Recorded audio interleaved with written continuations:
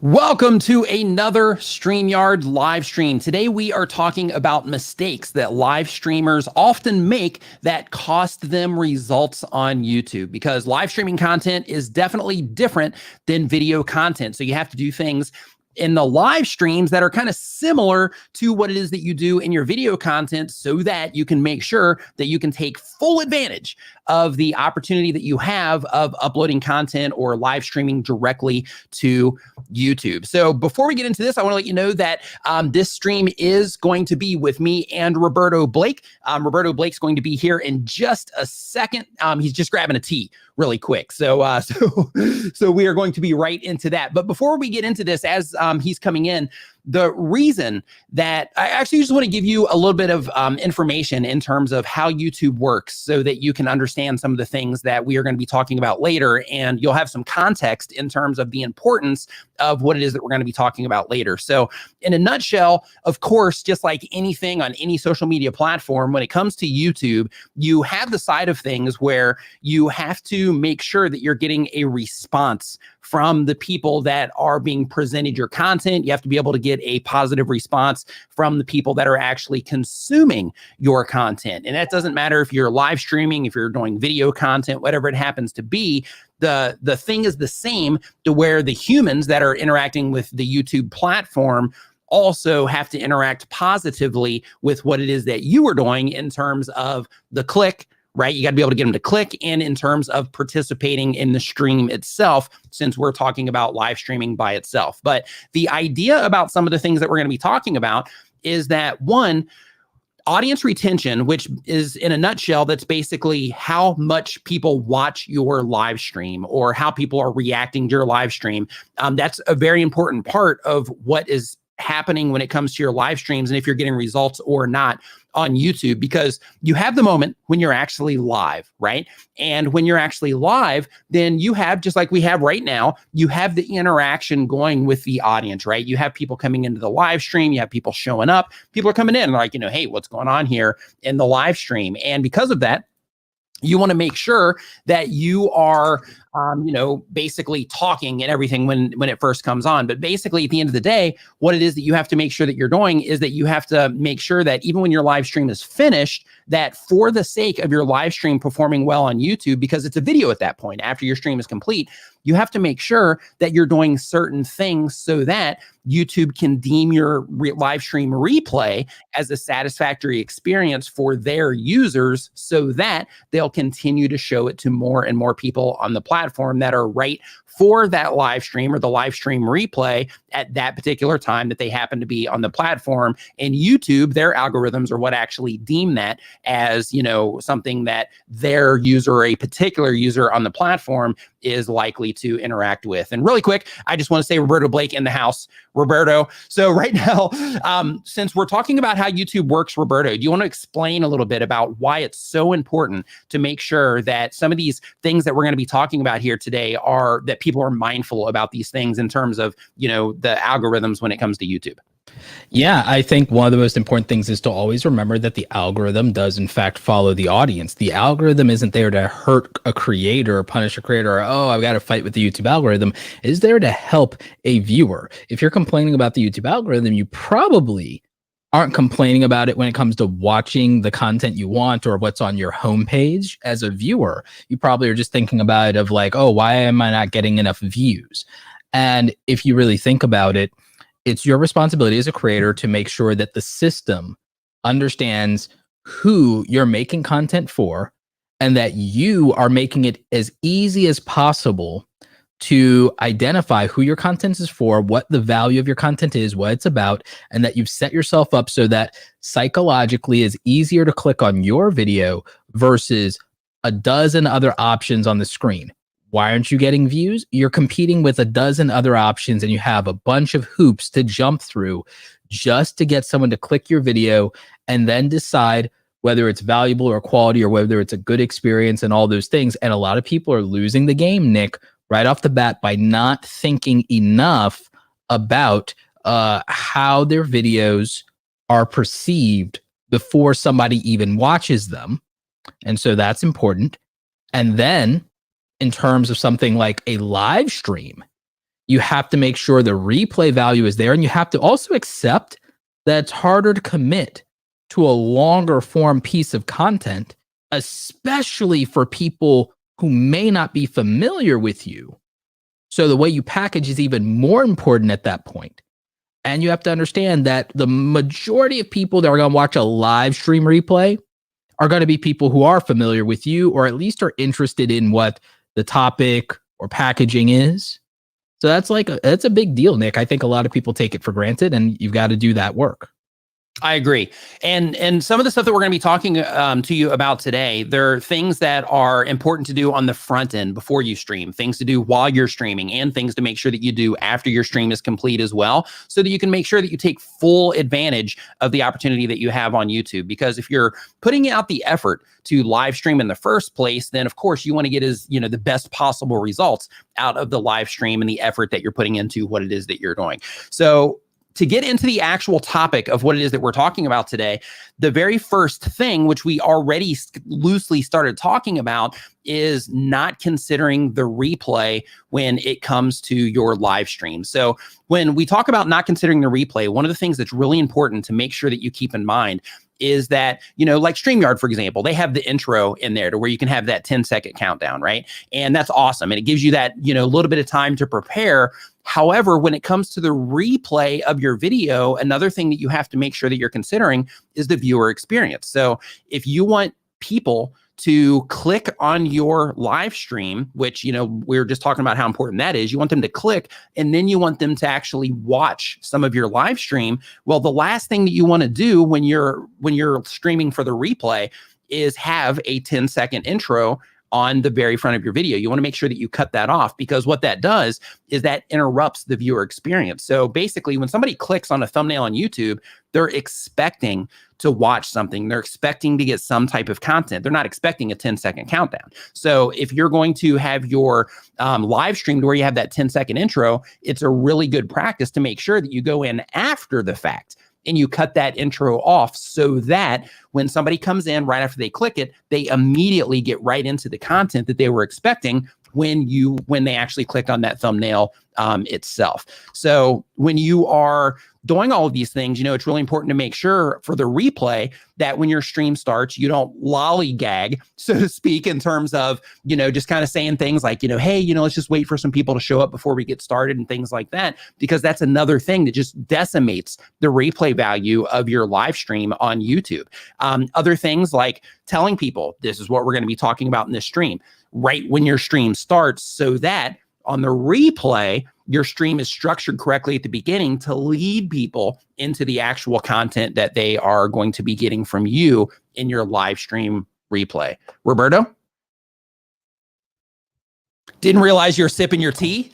I thought you're right when I you're should be drinking it from my Streamyard mug right now, actually, but I am drinking from my holiday mug, my favorite with the penguins.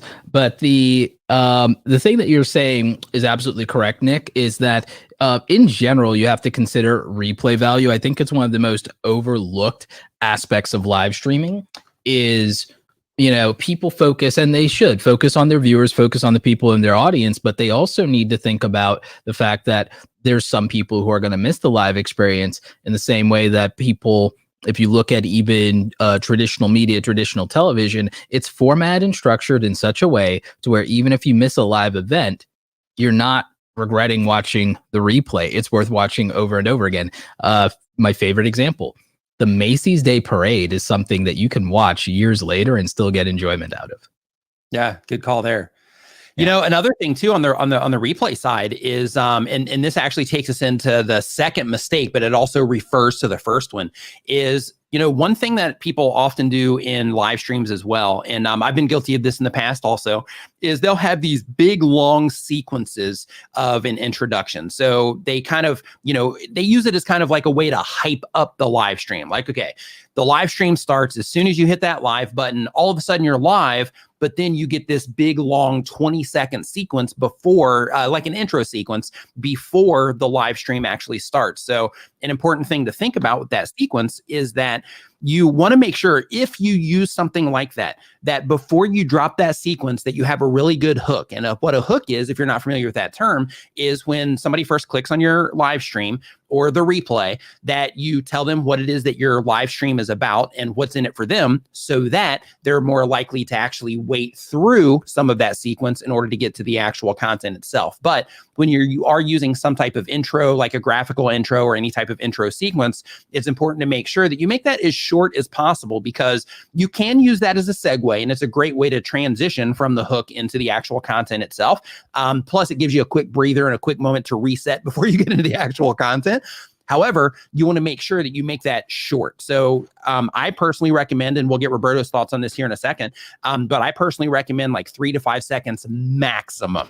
So if you have like a 10 or 20 second logo intro or intro sequence, I recommend personally that you trim that down, because, you know, it's a rare thing, if it even happens at all, for people. And, you know, you want to think about your own user experience as well, for people to come onto YouTube and think to themselves like, man, I hope I catch a really good intro sequence today, or I hope I see a really good graphical intro today, because that's not what people are coming onto YouTube for. No. They're coming to YouTube to be entertained for stuff. They're coming onto YouTube to learn how to do things and, you know, things like that. They're not coming there to actually, you know, to watch an intro sequence. So Roberto, when it comes to intro sequences and intros and things like that, what do you recommend?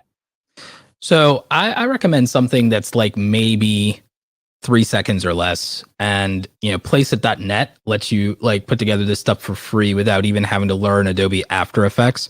Hashtag not sponsored, but like it's another one of these great tools, and it's pretty much free in most cases. So I definitely would look at that and doing like, cause look at this. This is what like you're putting people through. 1,000, 2 1,000. 3 1,000. All right, I'm gone. Like, you know what I'm saying? It's like as short as possible. And the problem is that, one, young people on YouTube really love fancy edited graphical intros, because it makes them feel like more professional and more legit. And they see a lot of big YouTubers who do that. In general, people look at the big YouTubers and are like, okay, I want to do that. I want to do that. Or that's what you do. But these are people who are already famous. They are playing by a different set of rules than you. I don't know if you got the memo on that. Rich and famous people have a completely different set of standards. And so they have an audience that knows that they're going to get quality no matter what. So expectations are set so they can do things and people are like, this person is worth waiting for. They may not afford you or accommodate you the same levels of patience as somebody with 1 million or 10 million subscribers. So when that's the case, short, concise, to the point. Here's another thing you can do with intros, Nick. If you're going to have a graphical intro, do a cold open first, so people know this is the video quality, this is the audio quality, this is my presenter, and oh, they are going to do the thing they said they were going to do. So cold open, then graphical bumper intro. I say 2 to 3 seconds. 5 is pushing it as far as I'm concerned, unless it's like the best intro in the world. And it's like almost, oh, that's so good. That looked so good. I almost wish it was like, and that's really hard to do. You have to be like Peter McKinnon, you know, for that. So I would say that like just a quick 2-second bumper after a cold open, and then go right into the content, if anything. Fantastic. And another thing that a lot of live streamers mess up on is not utilizing the custom thumbnail feature properly.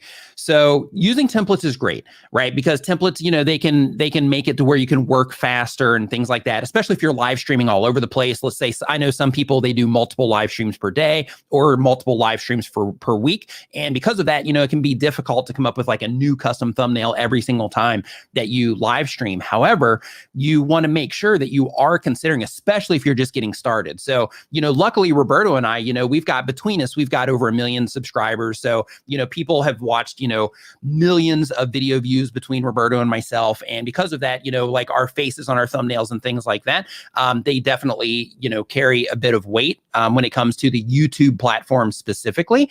However, we still want to encourage everybody, because, we'll use templates, a lot for our stuff for that reason. So people are like, oh, hey, Nick's live. Hey, Roberto's live. So I'm going to click on this. I'm going to go watch their live stream. However, if you're just trying to get the ball rolling, you're just trying to get some momentum going on your YouTube channel, I recommend that you focus on making a new custom thumbnail for every live stream that you do, or at the very least that you use a template that you make sure is an effective template in terms of your click-through rate, and that you customize something about that template every single time that you live stream so that people can see that it's different from the previous live stream, for example. But a lot of live streamers, they will just throw up a template and they'll say, okay, this is good enough.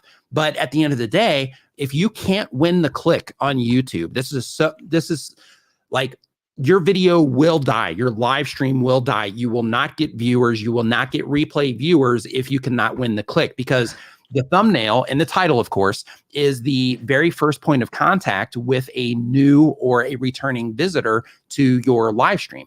So because of that, you have to make sure that you are able to think about, okay, the people that I'm trying to target with my thumbnail, who is it that I'm actually trying to reach with my thumbnail and title? And you want to make sure that you make it as compelling as possible for those people, and that you make it unique for each live stream that you do. Roberto, do you have any tips for thumbnails specifically? Like, how can I know? that's why I asked. Like, how can people, really think about their thumbnails, and what's important, I should say, when it comes, if we just went like bare bones, if you don't have design skills, if you're just like, hey, I'm just trying to make like an effective thumbnail, what are some awesome thumbnail tips for, getting more clicks on YouTube? If you're going to use your face, take multiple pictures of your face. Like for the thumbnail we're going to update later, I sent you like 4 or 5 potential options that I just had. Actually. Yeah. It was a lot. Like I just had, because you asked for a neutral face, and I'm like, okay, of a neutral face, I have like literally, here's like a bunch of them and everything. And that was just what was in my phone. That's not even counting like the hundreds on my desktop. In fact, I wonder if, hey, Nick, I'm going to try and screen share something with you, just as an example, to show people how like absolutely serious I am about this, because it's like it borders on the absurd in most people's minds, but it's like, here you go, Nick. See if you can share this.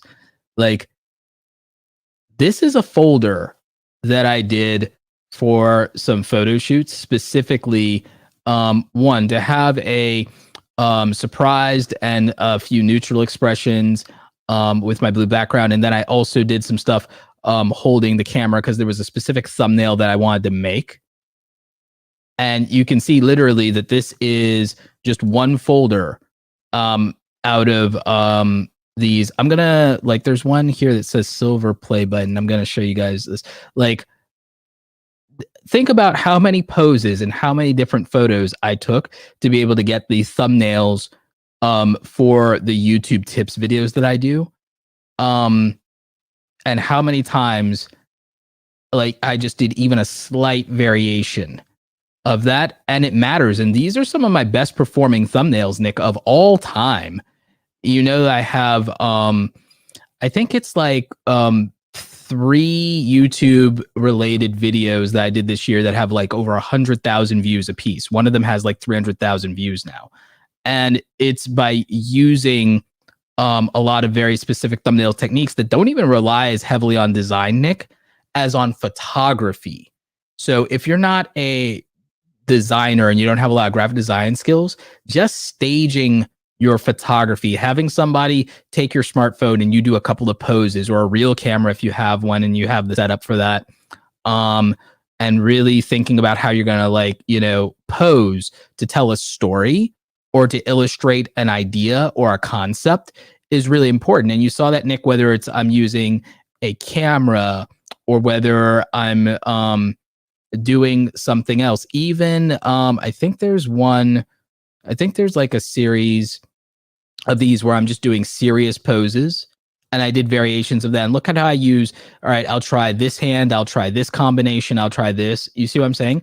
So like all I did in this instance was I just like focused on my poses so that I would have options and I could remove myself from the background. You can use something like remove.bg or Canva or Photoshop if you have it, or even Adobe Spark.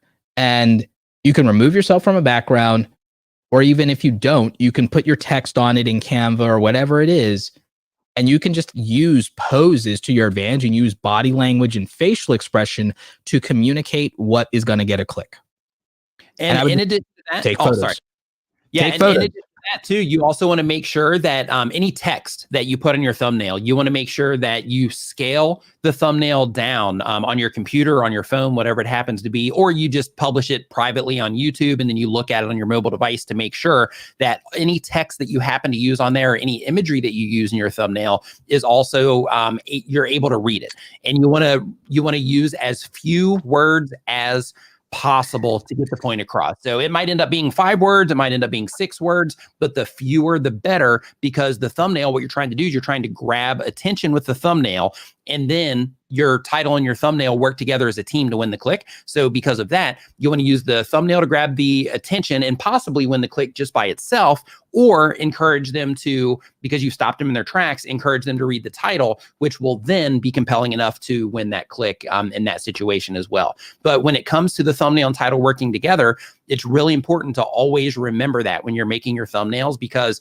a lot of times people will put the exact same words, and I used to do this too, but a lot of people will put the exact same words on their thumbnails that they do in their title, which can be okay depending on what it is that you're doing. However, there are 2 separate assets that you can use to try to convince somebody to click on what it is that you're doing. So because of that, it's really important to, when possible, to make sure that you are using them separately instead of just repeating exactly what's in one in the other.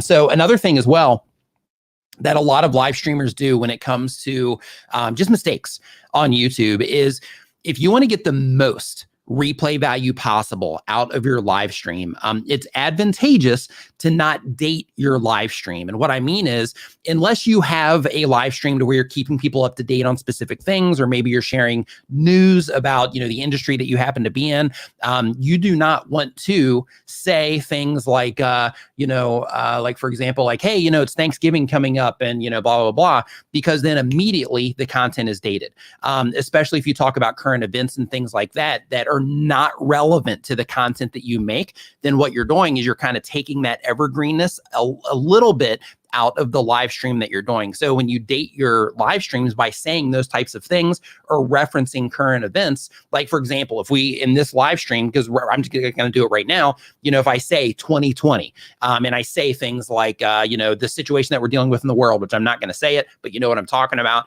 But if I make those references, then if somebody watches this live stream 5 years from now, because, content lives on YouTube indefinitely, if somebody watches this live stream 5 years from now because they're trying to become a better live streamer, then what I just did is I've kind of created just a little bit of disconnect between the relevancy of the content that they're watching right now that should be evergreen, but I dated it. So now there's a little bit of a disconnect in terms of like, oh, wow, I wonder if this is even still relevant now that it's been brought to my attention. Even though there's a date on the YouTube video, I've brought it to their attention that this is an older live stream. So because of that, it's really important also to make sure that you are not dating your content either, so that it can become a lot more evergreen.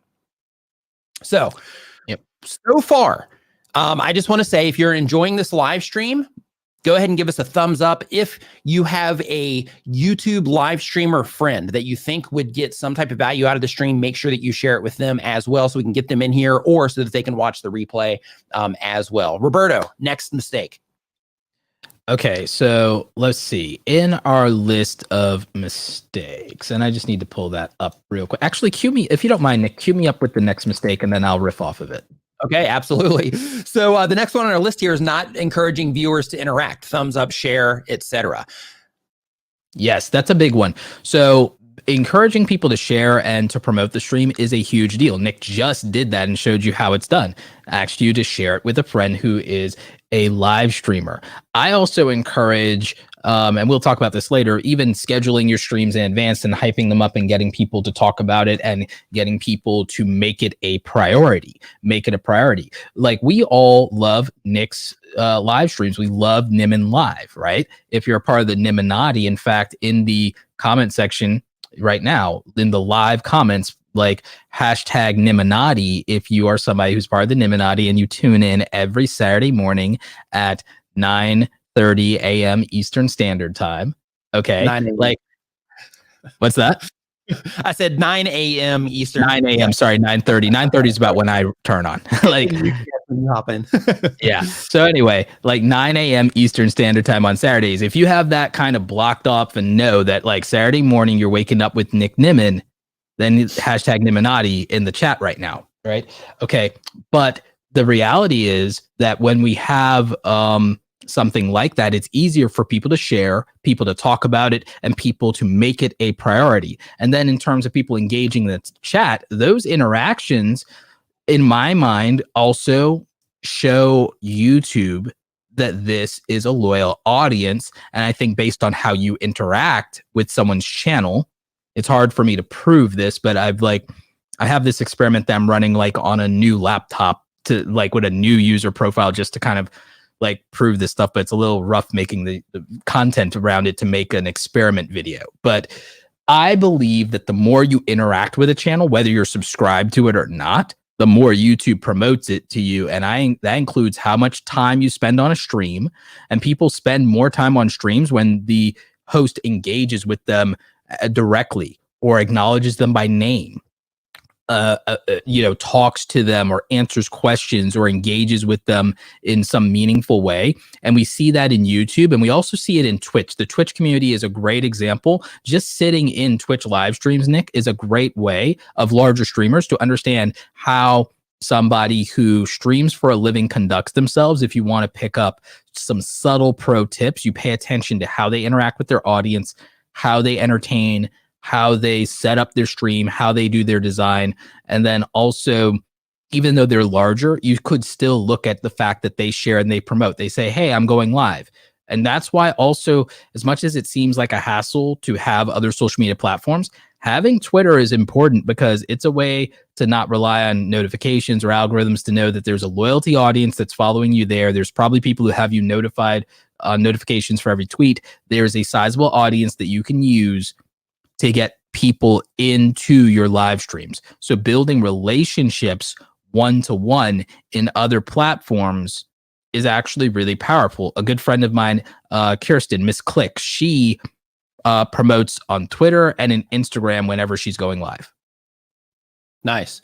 And another thing too, with the engagement as well, I just want to step back on that one really quick, is another thing to consider when you are adding engagement in different parts of your live stream is another bonus to that is, in a lot of cases when a live stream's going on, people are, on their phones and they're just kind of like watching, or maybe they're, listening a little bit and they're kind of looking around doing something else. When you do make those calls for engagement and people, it basically requires them to kind of tune back in fully to actually, have that engagement, to give it a thumbs up or to share it, whatever it happens to be, before they go back into chill mode. So it's kind of like re-energizing or re-engaging the people that are watching the live stream, which can be valuable for keeping people watching for a longer period of time when it comes to your live stream. Another thing as well, when it comes to in this, like, I'll do the form one first, and then the next one in terms of branding it. Like Roberto can have that one fully because like he's the man at this. But basically, the first one that I want to get to first before that though is another thing is if you are doing any type of Q&A whatsoever in your live stream, which we'll be doing later here in this live stream as well, it's also a mistake to not use Google Forms if you have any type of active audience at all. And the reason for that, and Daniel Battelle actually has a video here on the Streamyard channel where he talks in depth about how to actually set it up, the importance of it, how to use it, and things I'm going like to start that. doing it. Yeah, it's great. And I'm just going to skip over a few points here really quick for you. But the ideas behind using a Google form for your live streams are, one, you can use it to actually promote things. So for example, in the one that we have here, I mentioned, let me see here, let me go to the questions. I mentioned the Facebook community for Streamyard. So, if you do have a question about any of the things that we're talking about, definitely there's a form down in the description of this live stream right now, which we're going to mention when we get into the Q&A as well. But basically at the very top of that, there's the information about the stream, but then there's also a direct link to the Facebook group as well. So because of that, what we're able to do is we're able to use that area to promote things. On the live stream that I do on Saturday, I have my podcast there, I have my website there, I have my social media handles there, and it's just one more place where you can spread awareness about what it is that you're doing while people are going in there to ask the questions that they have. Now, another place that it's advantageous, especially once your community starts getting active, or if you have an active community already and you do Q&As, is that when you are having people put their questions in a form, then you get to organize the questions. Because one of the things that I've had happen, and I know Roberto has it happen as well, anybody that live streams has this happen, you can't monitor the live stream all the time because you're looking at the camera, maybe you're looking at your notes and things like that. And because of that, questions get unanswered and people don't get the attention that they would like to have in the live stream sometimes. But when you reference the form, you can let people know that the questions are answered in the order that they're received. And what you do right there is you solve the problem of, hey, this person didn't answer my question, or they didn't notice me in the live stream. Because what you do is you just let people know, hey, we have that form down there, and all you have to do to get your question answered, it's 100% free, is just put your question in the form. And then you let people know, and just like in the form here, that if you have a question, get it in there now because we answered them in the order that they're received. So what you do in that situation is you kind of help organize the flow of the questions, and you keep people from feeling excluded. Another thing, and this, in my opinion, is the biggest win. When you do Q&As in your live stream and you funnel everything down into that form, then you have data that you can go back and look at later. And that data is things like, in my case, I ask people, what type of device they're using. I ask people, what their channel name is. I ask people the specific questions that they have. And I ask people a bunch of other things in my form as well that I use on my live streams. But the really cool thing about that is I can go through there and I can open it up as a CSV, because you can export them right out of Google Docs or right out of Google Forms. I open it as CSV and I can scroll through and I can look for or search for keywords through my live stream. And it helps me keep a pulse on what creators are caring about literally week by week by week, which helps me also make content decisions when it comes to the videos that I publish on my channel. So you can use those forms for a bunch of different things. And if you're not currently, then go ahead and get into the habit, because it's going to give you a lot of information on what your audience actually cares about if you do Q&A type of content. Do you have any additional tips for forms, Roberto?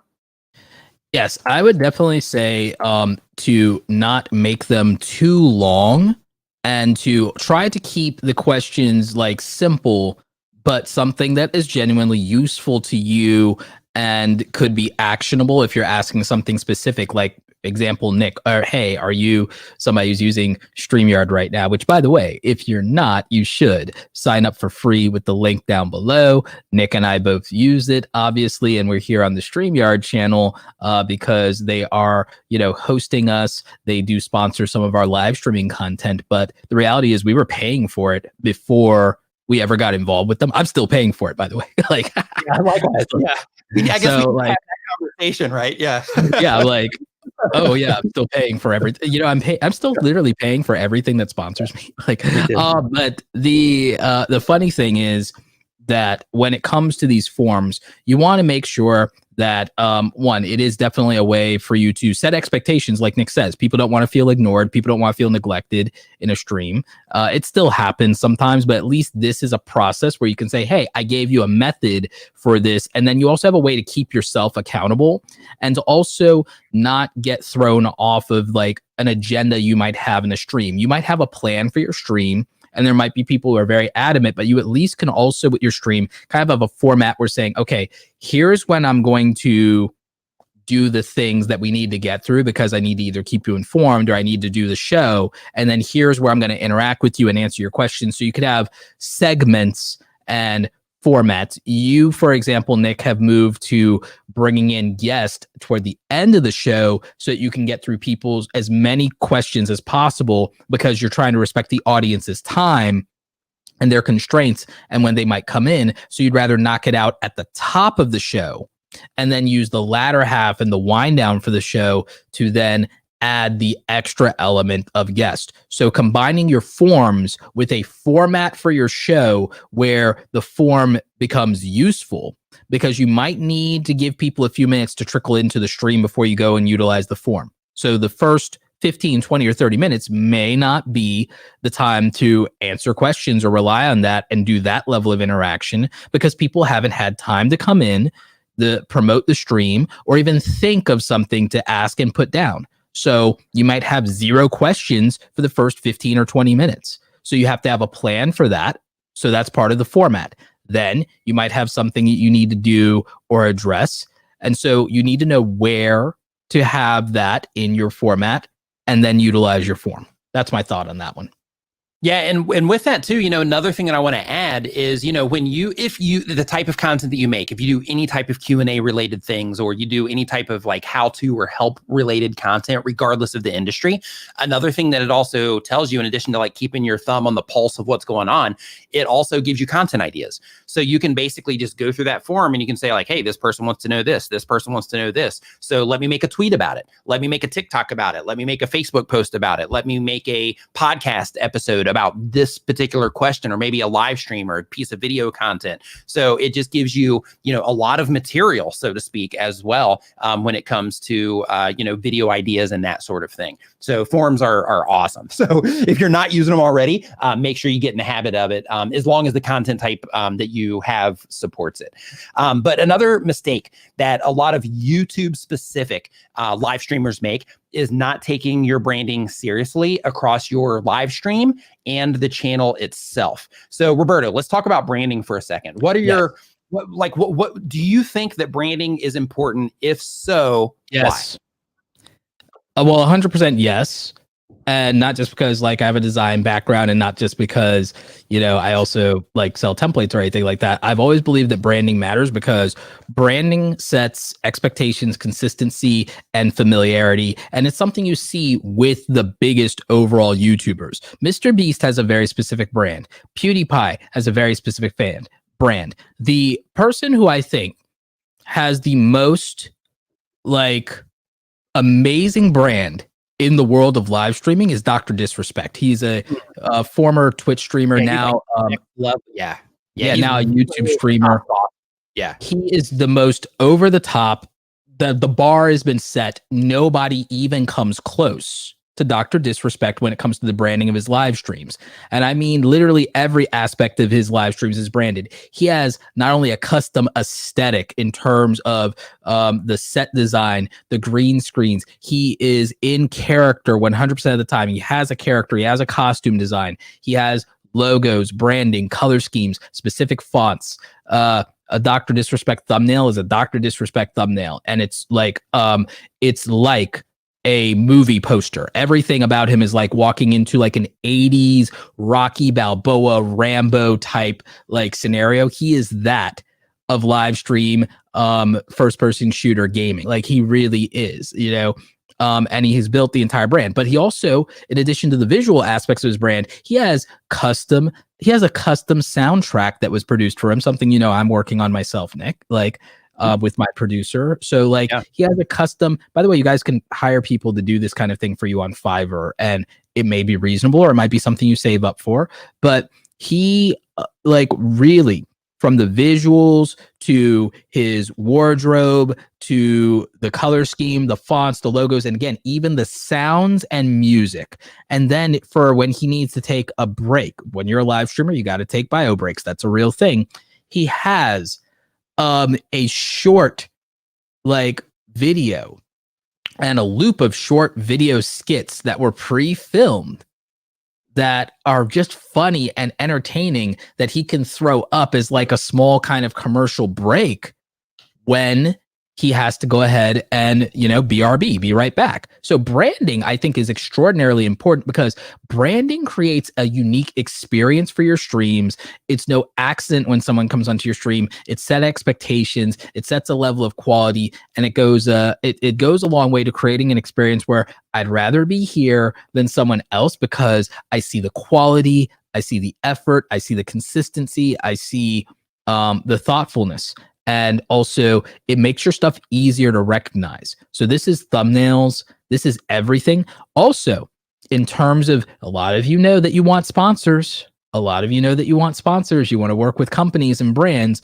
When you raise the value of your brand, when you raise the production value, when you raise the aesthetics, where you raise the level of uniqueness of your brand, and people see that quality, it's easier to ask for higher pricing. It's easier to be offered higher pricing in proportion to the quality of your brand, not just your views. It's not just your views, it's packaging too, my friends. Appearances matter. And so investing time or money into that or both is really important. If Mr. Beast set the bar when it comes to recorded videos on YouTube and thoughtfulness there, Dr. Disrespect did it in the world of live streaming, and he did it first. And another thing too, that's really important to make sure that you're considering is, when it comes to YouTube specifically, like Roberto mentioned before, in terms of, having similar fonts that you use, having similar colors that you use. There's like the visual branding side. And then there's also the side to where, you have like your value proposition, and you try to make sure that when possible, that you're also letting people know that that's the particular value that you're offering for the channel, that sort of thing as well. So you want to make sure that you include that in like your channel art, for example, when possible. Really easy to do on a live stream, but in video content as well, when possible, after you get the skill of learning how to keep people watching for, an amount of time that YouTube deems your content worthy to where you're getting consistent, views from YouTube, then, working in a value proposition to where either graphically or verbally, you just remind people, this is what it is that I offer on the channel, so that they can identify that not only do you have that video that they're watching at that point in time, but you actually have an entire channel full of content like that as well, which also helps when it comes to getting subscribers on your YouTube channel, because then they can immediately understand the value that they are going to get from what it is that you are doing. So, because of that, branding is extremely important on YouTube. So, when you're live streaming, instead of just thinking to yourself like, hey, I'm just going to go live and just kind of do my thing, think about like, okay, how can I represent myself and the mission that I'm on and the brand that I want to have on the internet? How can I represent that in the best possible way through what it is that I'm doing here? And how can I express it as well? Because, that expression part is the stuff that, people are that's going to help people understand what it is that you do. And look, if you don't want to build all this stuff from scratch, like an easy way to do it is you can go to streamertemplates.com. Nick's brother D has made a lot of very applicable beginner templates for you. They're compatible with Streamyard, anything else you want to use, but we're telling you the simplest thing to use is Streamyard. But streamertemplates.com gives you a baseline for all those things. I even went ahead, not only did I support it because Dee's my friend, but I also wanted to see if there was something, because I already made my own, as you know, Nick, my own several custom streaming graphics for my own live streams. But I wanted to see is there anything I didn't even think of in terms of including in my setup, and in terms of like a scene that I might have been missing or didn't think about, or something else that I should have, not overlooked.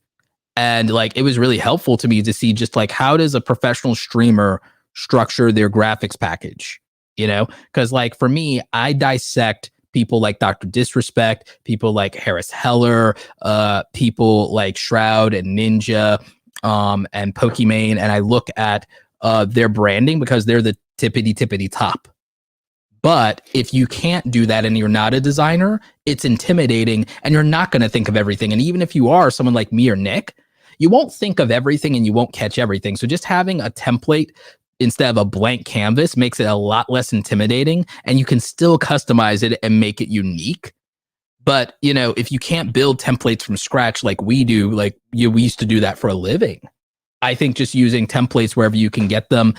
Doesn't Streamer Templates also have some free ones that they can get to start? Yeah, streamertemplates.com has some free ones, so you can check those out. But in addition to that, you also, at the very least, Streamyard also has their brand section. So, I'm going to pull it up on the screen here really quick. Yeah. But their brand section here, at the very least, they have it in here where you can add your brand colors, where you can choose, which option that you want for, how you want your name to display. You can add your logo to the screen, just like we have the Streamyard logo right up here in the very top right of the screen. You can add your own overlays. And this is what Roberto is talking about in terms of the streamer template. So you can even see down here, the template that you see here in the background, or the graphic that you see in the background, you just upload that right into Streamyard right here. And it's super easy all the way across the board. So Streamyard even makes that particular thing easy as well. But absolutely, branding is an extremely important part of just growing an internet brand in general. It doesn't matter if it's YouTube or Facebook or Twitter or whatever it happens to be,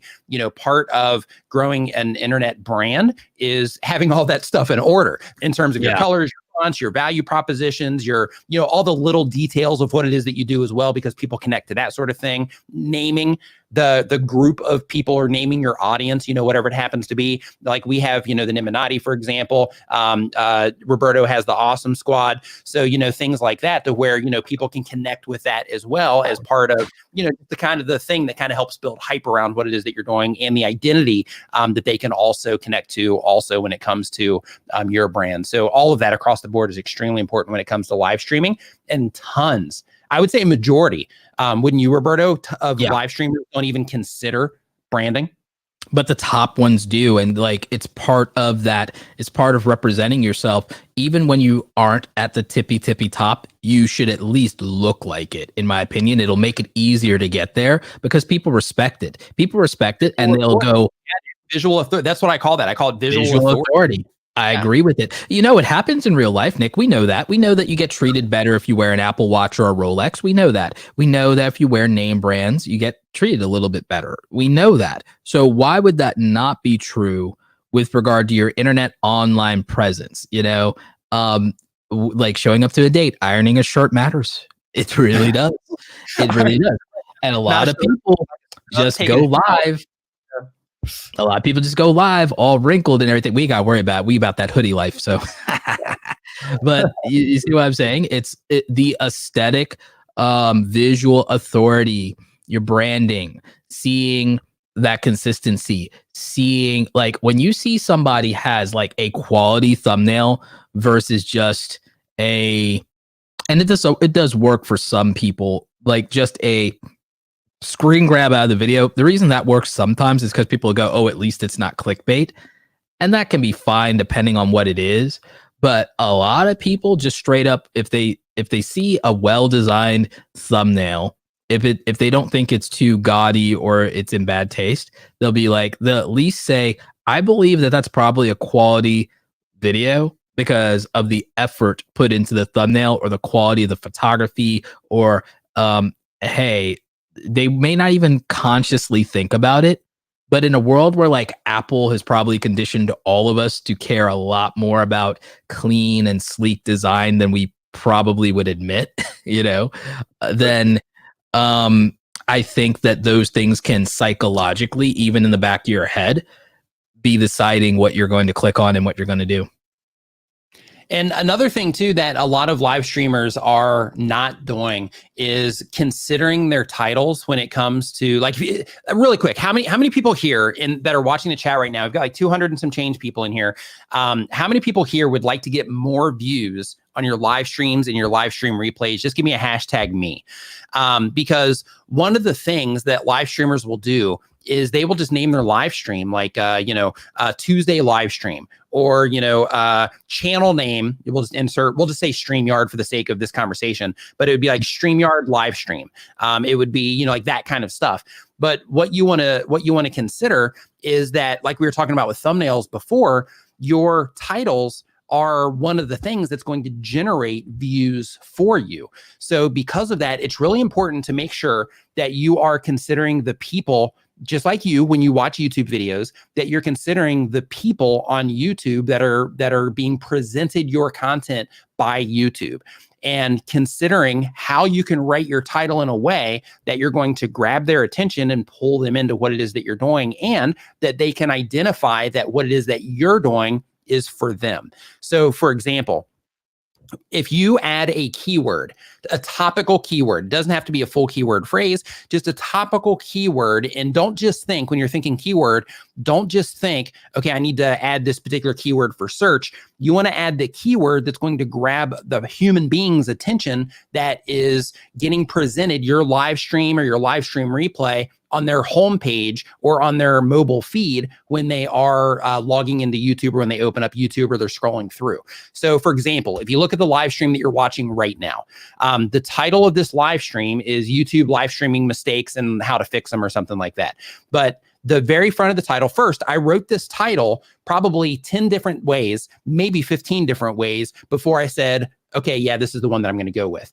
And the reason for that is because I move words around so that I can make sure that the most important part that is going to help people identify that this stream is for them is towards the very front of the title. And the reason for that is because YouTube truncates the title in different places on the platform, and it's right around the 50 character mark.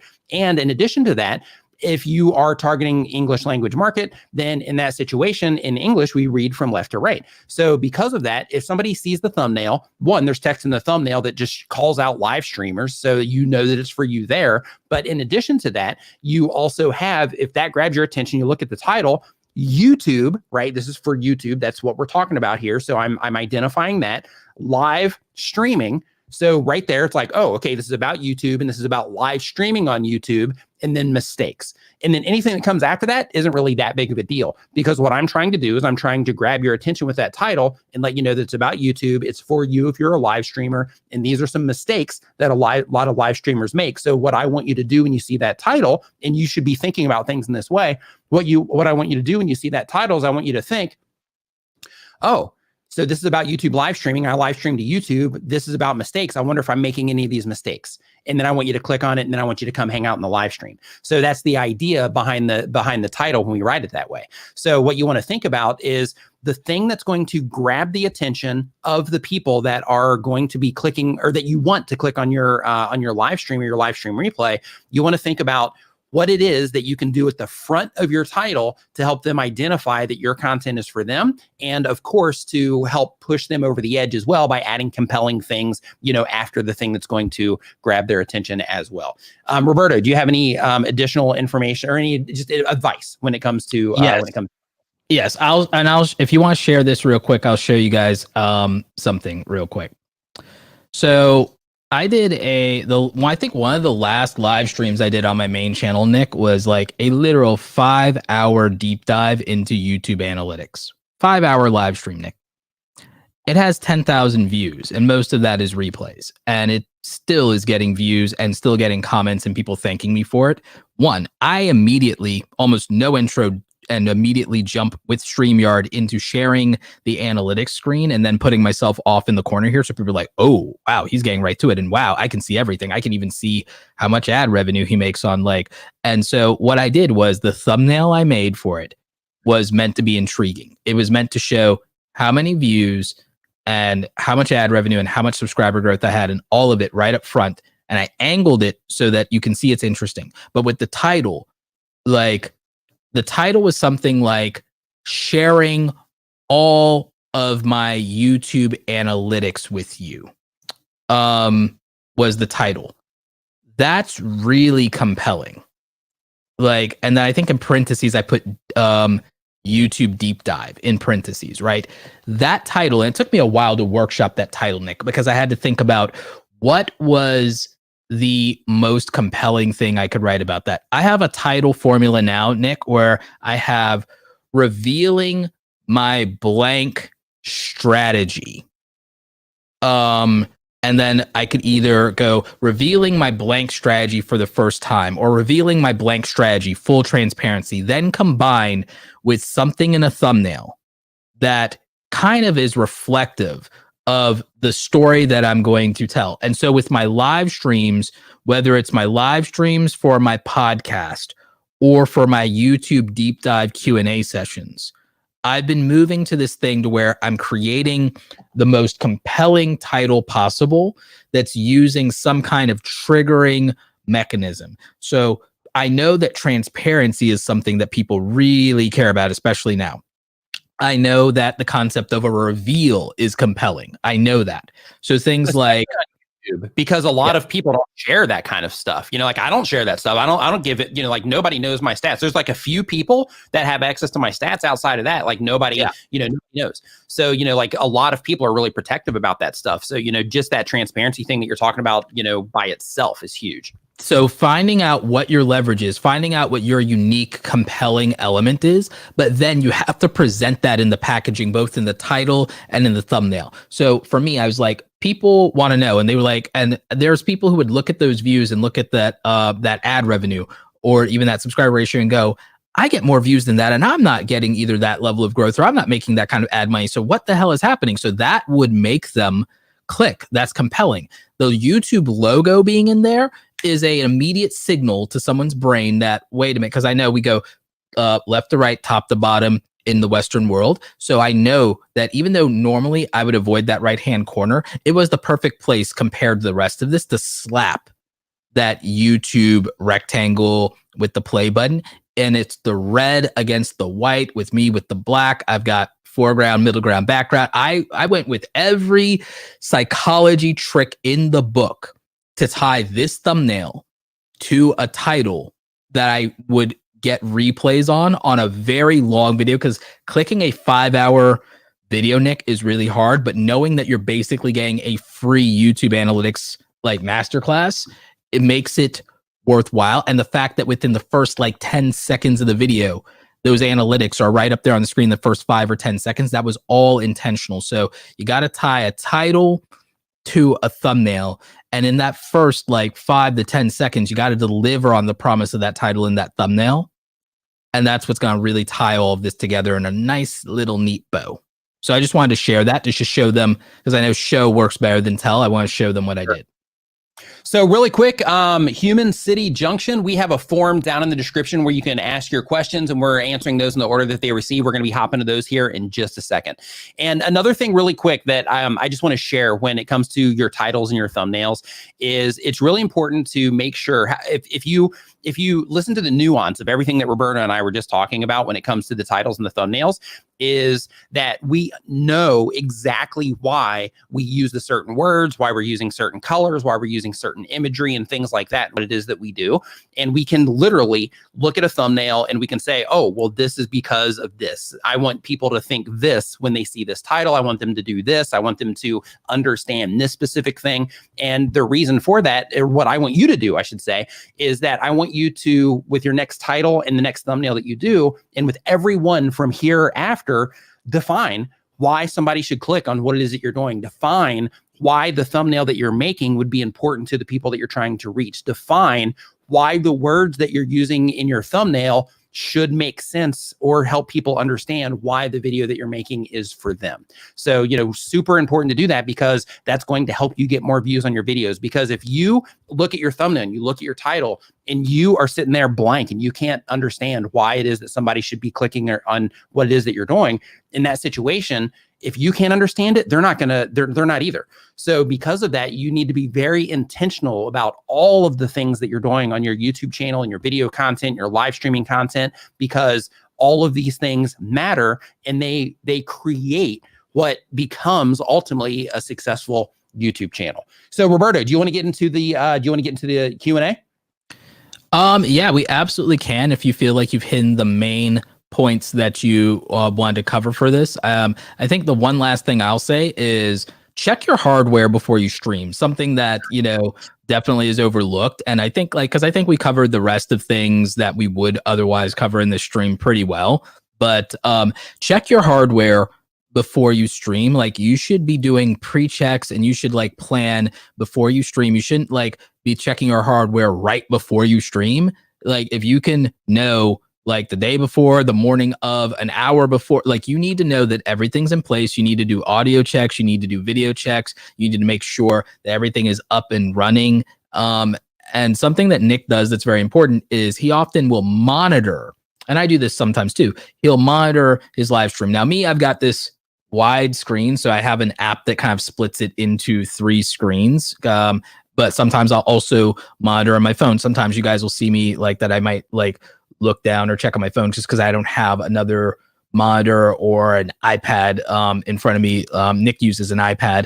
And so that's really helpful, is to just make sure that you are checking all of your hardware, all of your connections, maybe even run a quick test on your internet speed before you stream in advance. So you have some time to get everything in order and to fix everything and to make sure that everything is going to be to your standards and work functionally so you can have a good streaming experience.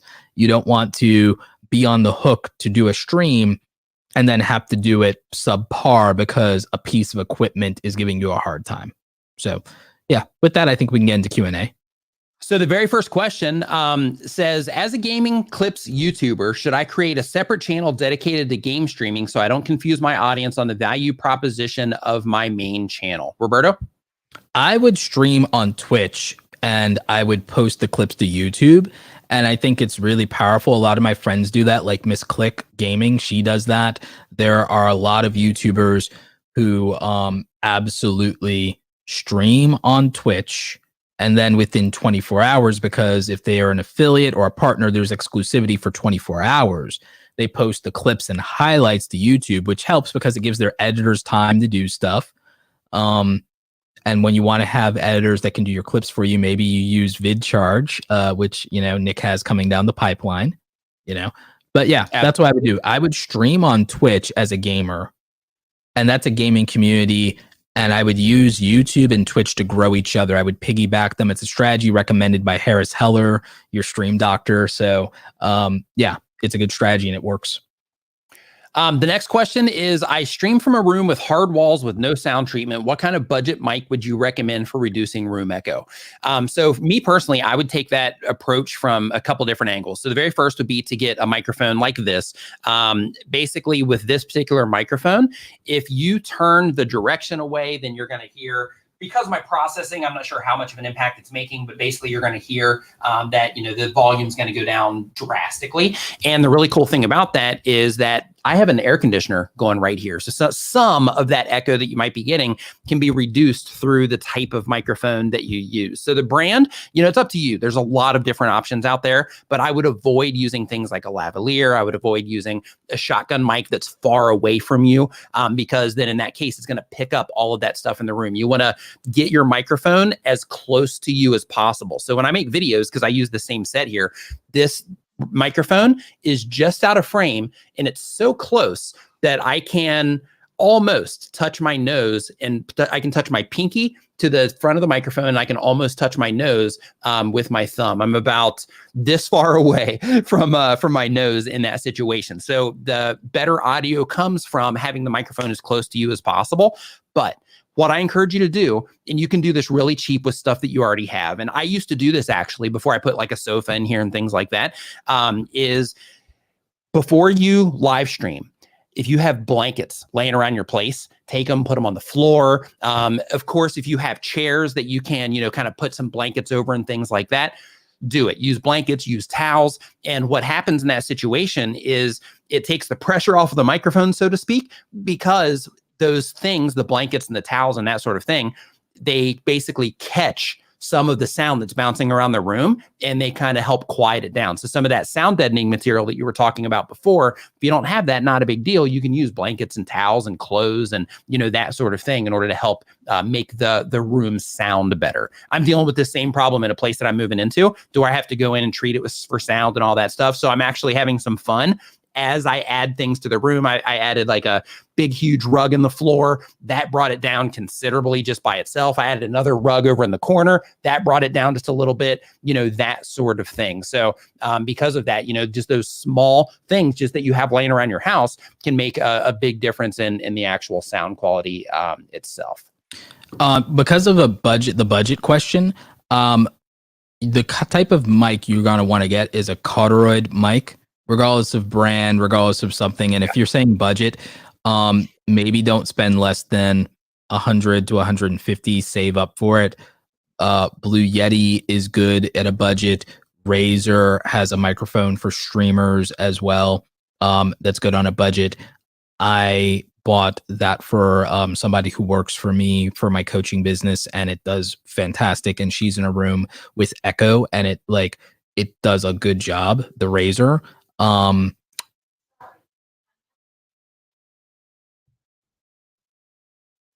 Sorry, Alexa went off there. And then the other one is the Blue Yeti. The Blue Yeti is a staple.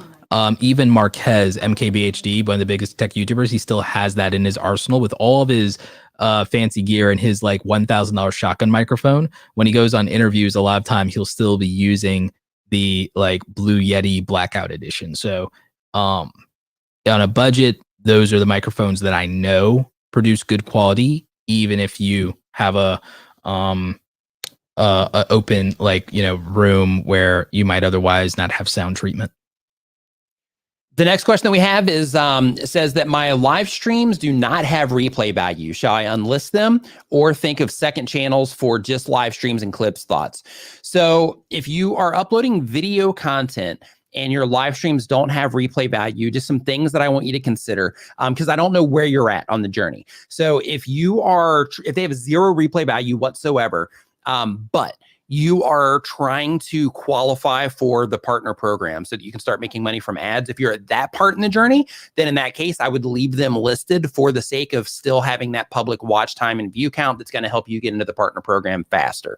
Because if you unlist those live streams now before you're in the partner program, then the public watch time and public view count is going to be removed from the people that have interacted in those live streams. So because of that, if you're trying to get into the partner program, keep them. Now, if you're already in the partner program and your live streams have zero replay value whatsoever, they're just that moment in time and then that's it, then in that situation, you can go ahead and unlist them. Not a big deal, but just be mindful that, any watch time or views that you collect from them, the public version of that is going to be removed. It's not going to be credited towards staying in the partner program or anything like that.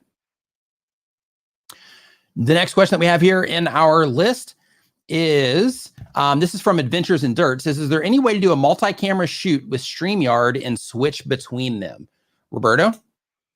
One of the easiest ways to do it, and this will cost some money, in my opinion, is to just use hardware and to use the Atom Mini or the Atom Mini Pro, which is going to be between $200 and $300. You can see Nick switching back and forth doing it now. It's the most practical and efficient way to do that, even though someone would say, well, is there a way to do it cheaper for free? Or yeah, you could theoretically just use another device like a phone or something like that, bring it into StreamYard, and you could switch angles between that. But again, you're going to be fidgeting more if you do that. You're going to be fidgeting more with that.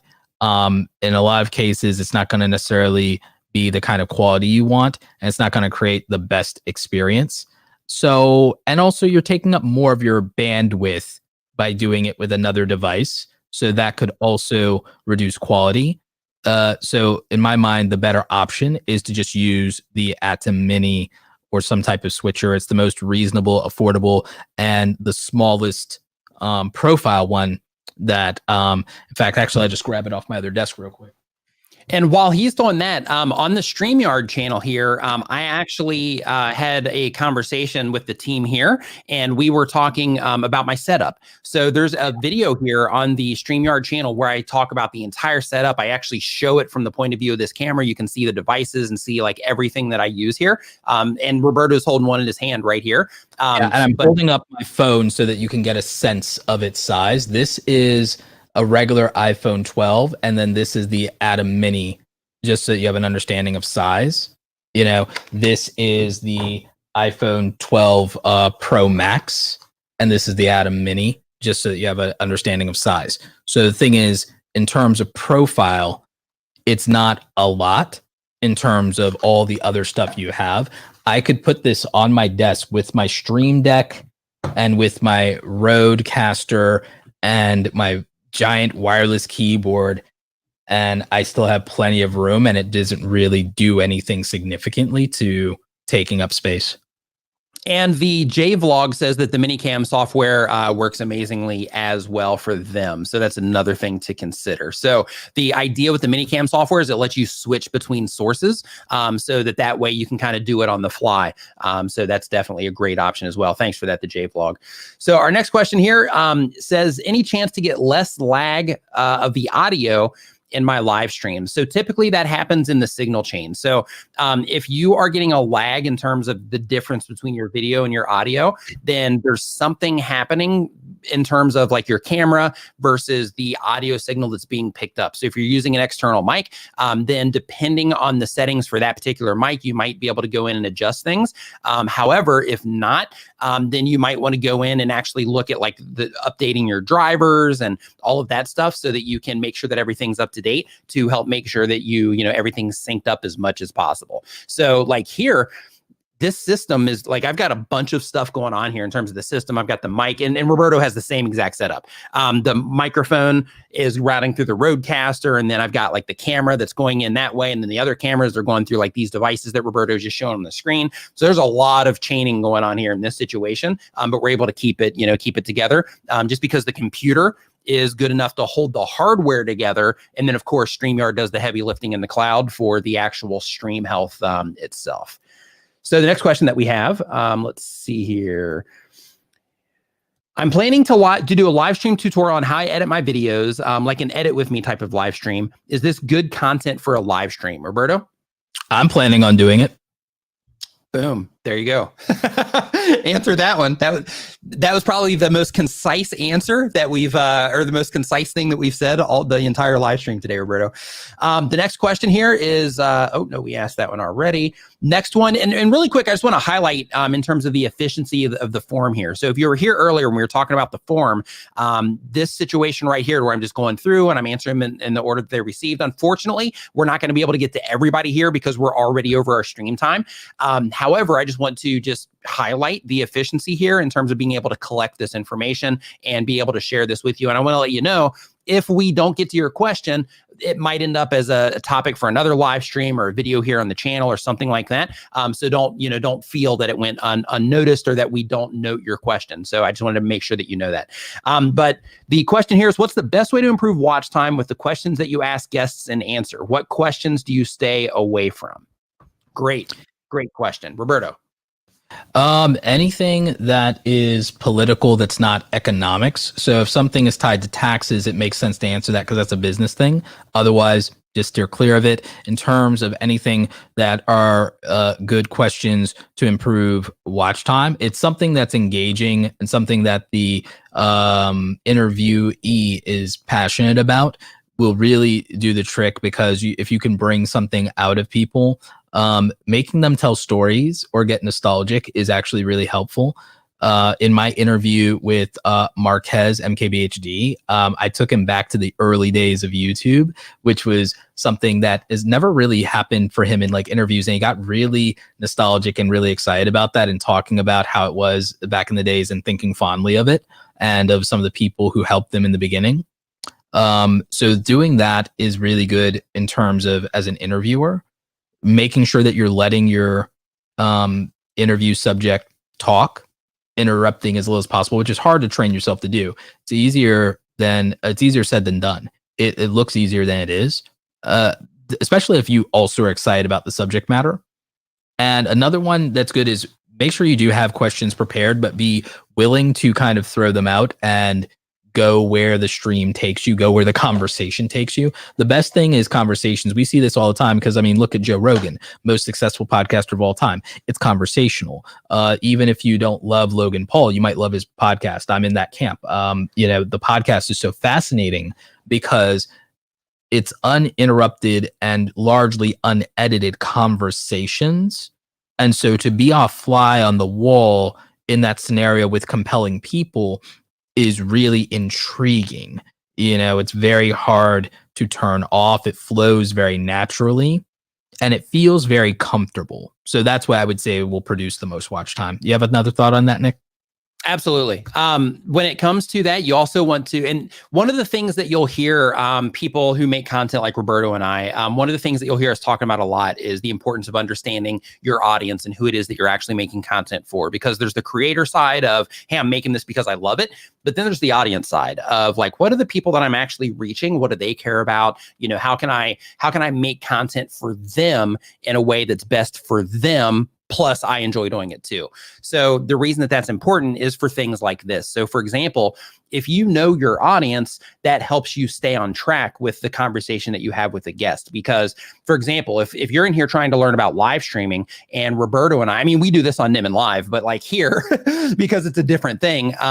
If you're here to learn about live streaming, and Roberto and I start talking about politics and things like that, that isn't what you're here for, then people people are going to split because they're here to learn about live streaming, but we're talking about something completely different than what they were expecting when they clicked on the live stream. So because of that, you want to make sure that you stay on topic, and you want to make sure that you just consider the audience that you're reaching and what it is that they care about, so that you can steer the conversation around things that'll be interesting to the people that you are targeting with the content that you are making. So I want to thank everybody for hanging out in the live stream today. I hope that you learned something. You can see links to Roberto and to Streamyard and to myself down in the description of this live stream. So if you haven't put in Streamyard, or if you haven't tried Streamyard yet, you can do so at streamyard.com for free. And then once you figure out how awesome it is, or once you learn how awesome it is, then of course you'll definitely want to upgrade from there, but you can try it for free just to see how easy it is to use. In my opinion, it is the easiest live streaming platform I've ever used ever. So you're really going to enjoy it if you're not a live stream or a StreamYard user already. I was going to say a live stream user, but a StreamYard user already. So definitely make sure that you do that. Roberto? Yeah, I just want to say, one, I love stream. Huh? I was going to say, any last thoughts before we close this out? Yeah, I love StreamYard so much. I appreciate them hosting us. I appreciate them supporting us. They've been extremely supportive. They've helped me get back into doing tech videos so that I can help you guys figure out the technical parts of live streaming, whether it's talking about stuff like, the add a MIDI, cameras, camera settings. In fact, actually on my channel, I did a video where I show you how step-by-step to use a real camera for your live stream so you can get the video quality that Nick and I get.